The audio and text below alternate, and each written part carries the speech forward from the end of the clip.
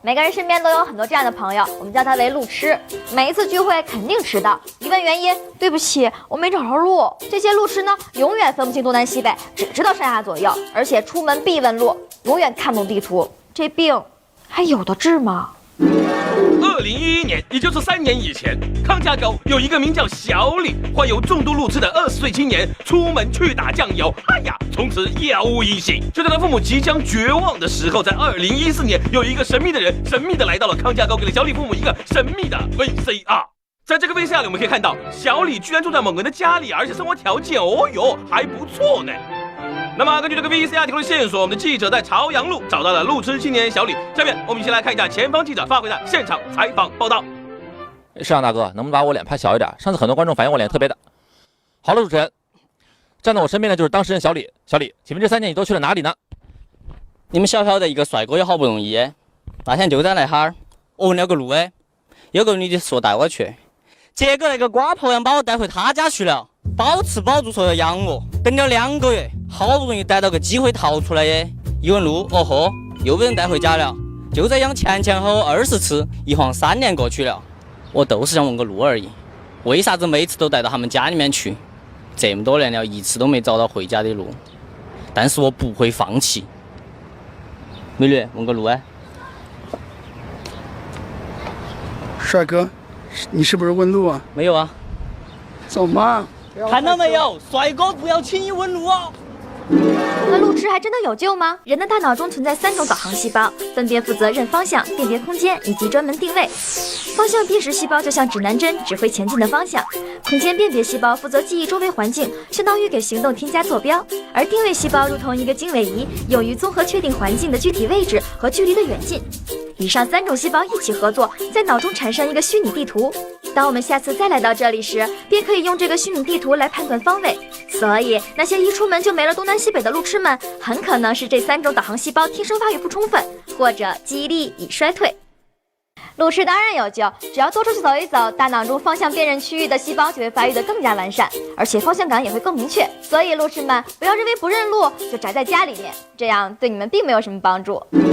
前2天我在地铁口遇到一个算卦的，说那些话深得我心。他说我这个额头饱满，下巴圆润，是典型的福相。就是说你脸大，你脸才大。不过最得我心的是，他说我面若桃花，是典型的旺夫相。有人说这个看相是准的，有些人说是封建迷信，不是还有句古话说吗？相由心生，这到底是不是真的？大师，我同时爱上了3个女人，因为爱得太深，所以无法抉择呀。我想让你帮我看看，我到底娶哪个能让我赚更多的钱？好啊。哦，这个女人明天就能让你的股票飙升188点。阿花，山无岭，天地合，乃敢与君绝。而且，但从此以后你的股票就会一路下跌，跌到破产。你走开！哦，这个女人能帮你拿到最有价值的地，助你成就商业帝国。啊，亮亮，我等你等的好心疼啊！来。建好之后就会地震，你将一无所有。滚呐！这个女人能让你一买彩票就中，成为世界首富。阿丽，这回没有但是了吧？没有但是。终于等到你，还好我没放弃啊！哈哈！你妈！我他妈破产了！不对呀，不可能啊！你他妈就看不出来，他他妈整过容吗？我他妈瞎呀！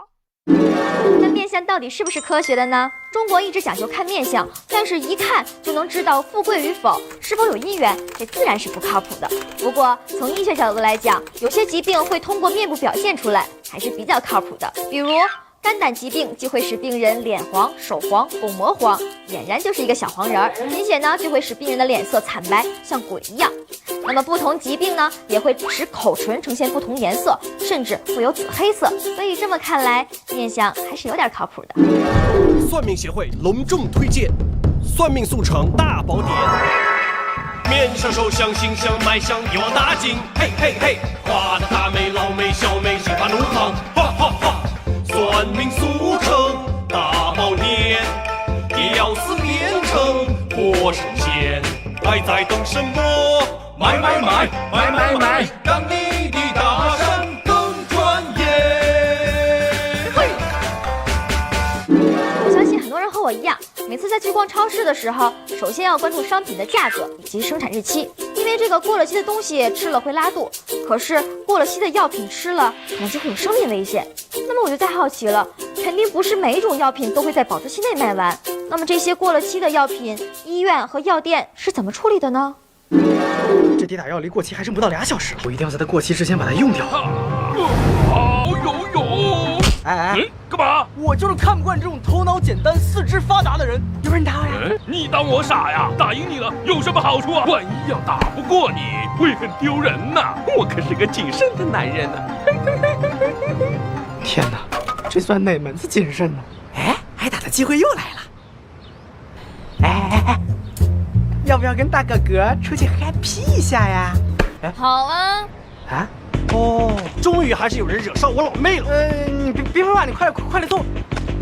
啊，谢谢你看上我妹妹，加油！我和她是清白的，刚才我不用跟我解释，她是你的了，与我无关。长这么大还没有男人逗我，那我就会黏着你不放。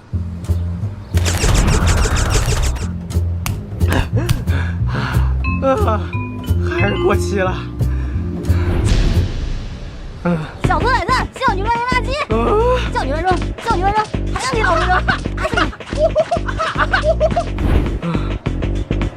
不作死就不会死啊！过期药品到底要怎么处理呢？首先，为了避免经济损失，药房会特别留意药品的保质期，他们争取在保质期到达之前让药品用尽或者是退货。不过一旦出现了过期药品，他们就会选择水溶、烧毁或者是深埋的方式。不过具体情况要看药品的性质而定。可以自己吃掉吗？你真的该吃药了。当然，在家庭中，为了避免误食过期药品，建议将过期药品和猫砂一类令人厌恶的东西密封装袋，然后丢弃。当然，最重要的是，绝对不能将过期药品卖给非法商贩。好了，以上就是本期学知道的全部内容，我们下期再见。开场，我回来了。十分喜欢旅行的人，但是因为没有钱，所以去的地方很有限，主要是去一些比较重要的地方，欣赏一下当地的美丽风光、大瀑布、小溪流。当然，除此之外，还有一个非常重要的环节。有当地的帅哥吗？不是，看我的身材，当然是吃啊。我吃了这么多美食之后，发现一个问题，就是越是经典的这个美食啊，越是在那种不起眼的小店里面，而且也很少听说美食会出现在当地非常气派非凡的大饭店里。那为什么美食总是在民间呢？北京城的大森林里，一大早，卡拉瓦伊卡就开始了一天的劳作。今天，他要去树林里采集一种珍贵的食材。蜂蜜是宝贵的营养品，当年他和小伙伴的临别赠言就是“我们是糖，甜到忧伤”。小卡决定为他冒险，他能否爬上大？不好意思，小卡这次来不是为了蜂蜜。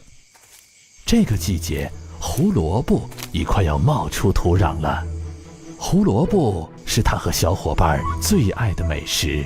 小卡只需要看一下地面的颜色，就能知道胡萝卜的准确位置。胡萝卜最美味的部分都是埋在地下，只有经过漫长的这块碳酸怎么回事啊？人能吃这个吗？一大早来录节目玩我呢是吧？这不是块普通的碳，你看它色泽发亮，密度适中，还自带孜然味。用这种碳烤出来的腰脊特别滋补，一口咬下去，油唧唧的，像一起走过的童年，像曾经逝去的青春，像变幻莫测的未来。这就是大自然的馈赠。舌尖上的烤炭，现在各大市场均有出售。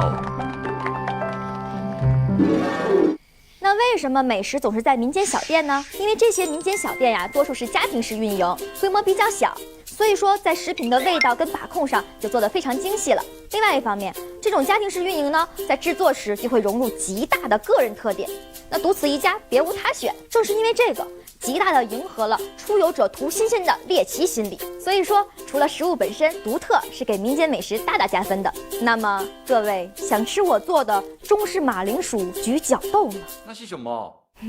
今儿土豆炖豆角。前两天跟编剧们聊天，说了很多感情问题。我发现啊，男人们总有这样一个观点，总结起来呢，4个字：碗里的肉。说白了，他们认为啊，在爱情关系当中，姑娘们就是这块肉，他们呢在前期会不计其数的努力的把这块肉加到碗里来。可是，一旦这个肉进了碗之后，他们就无所谓了，死活都不管。就算是肉凉了，大不了换一块。我是非常不认同的。不过也可以发现，其实最美妙的就是把肉加到碗里的过程，也就是我们所说的热恋期。那这个热恋期到底有多长？亲爱的，今天是我们恋爱100天啊！日子过得真快啊！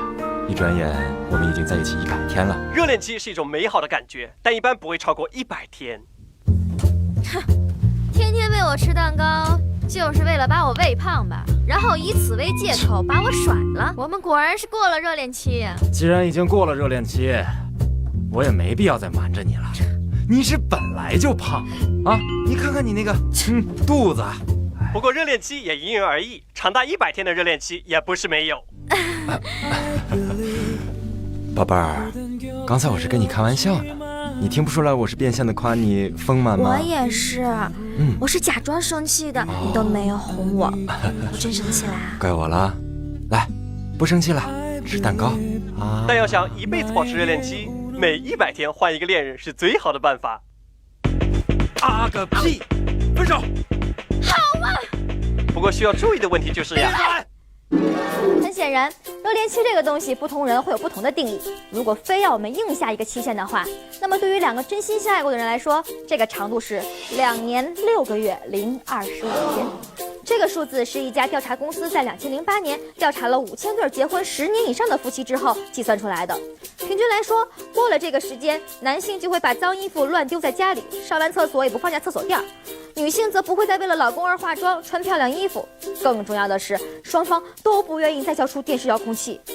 不管怎么说，热恋期过了并不代表不爱了。其实热恋期就是所谓的进入了理想化时期，在这个阶段，我们愿意相信对方就是我们所寻找的完美伴侣，那么我们也因此愿意去努力变成完美的去迎合他。不过这不见得是最好的状态，坦诚相待才可以细水长流。热恋期过了怎么办？激情不在了怎么办？万万房地产10月康家购正式开盘，现推出情侣分居套餐，一次购买2套房打8折，让你们的分居分出甜头来。万万房地产，分居很舒坦。最近呢，由于导演也不安排我的戏，所以我也很闲。我在家里面把《加勒比海盗》1到4全都重新看了一遍。我发现了一个非常严峻的问题：我们家德普那么帅，这个肌肉啊，这个小胡须，整整演了将近500分钟的电影，竟然都没滚过床单，我就想不明白，真的这是为什么？好极了。我的问题是，除了德普之外，海盗为什么喜欢戴眼罩？哎，老公啊，为什么海盗会在腿上绑一个棒子呢？常在河边走，哪能不是血？海盗的船上肯定有很多积水了，他们把脚砍掉，换只棒子，这样的话就不会弄湿鞋了。老公，你懂得好多。那为什么他们会在手上绑一个钩子呢？海盗那么忙，哪有时间做饭？所以呢，他们把自己的手砍掉，换一个钩子，这样他们就可以从海里随时勾起一条鱼烤来吃，吃完一抹嘴就完事儿。这跟撸串是一个道理。哇，老公你真的懂得好多，爱你。那你一定也知道为什么海盗会戴眼罩吧？哎，这是个严肃。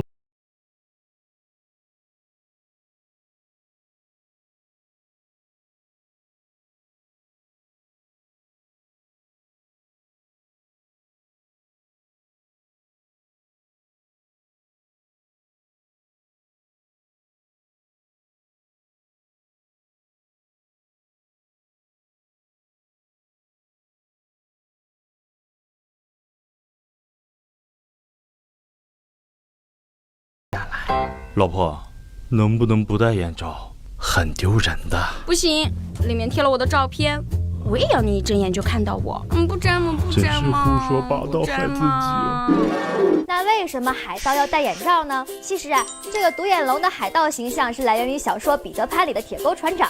而事实上呢，海盗被打瞎眼的可能也极高，而戴上眼罩会显得海盗形象更加可怕。所以独眼龙这个形象在海盗题材的影视作品中就非常的典型。在今天的影视作品当中，海盗的形象已经成为一种约定俗成的定式。独眼、木腿、鹿皮靴，再配上一顶达当迪昂式的帽子，或者配着鹦鹉什么的，这是几百年来人们结合海盗的特点，经过无数次的艺术加工之后形成的海盗的标准像。不过我更